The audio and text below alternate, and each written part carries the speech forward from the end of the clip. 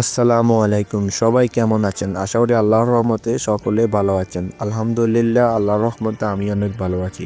আপনাদের সবাইকে daily news স্পোর্টসে স্বাগতম। আজকে কথা বলবো নেইমার কবে সান্তোসের হয়ে মাঠে নামবে। তো আর বেশি কথা না বলে চলেন আজকের ভিডিও শুরু করা যাক। নেইমার পিএসজি থেকে পাড়ি জমালেন আল হিলালে। আল হিলালের সাথে 2 বছর চুক্তি নবায়ন করার পরে তিনি 1 বছরের উপরে ইনজুরি ছিলেন। নেইমার ইনজুরি থেকে ফিরে আসার পর তিনি আবার ইনজুরিতে পড়ে যান। তারপর আল হিলাল তাকে সান্তোসের কাছে লোনে পাঠিয়ে দেন। নেইমার নিজে চেয়েছিলেন সান্তোসের হয়ে লোনে খেলে আসুক। ইতিমধ্যে নেইমার তার শারীরিক ফিটনেস ও সান্তোসের কোচিং স্টাফ ও চিকিৎসকদের অবাক করেছে।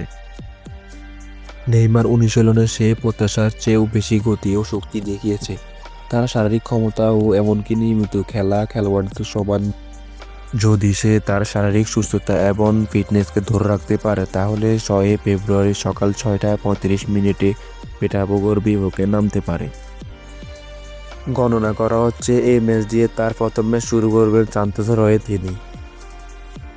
যদি সান্তোস তাকে রেজিস্ট্রেশন করিয়ে নেয় তাহলে সে খেলতে পারবে বেটাবোগোর বিপক্ষে।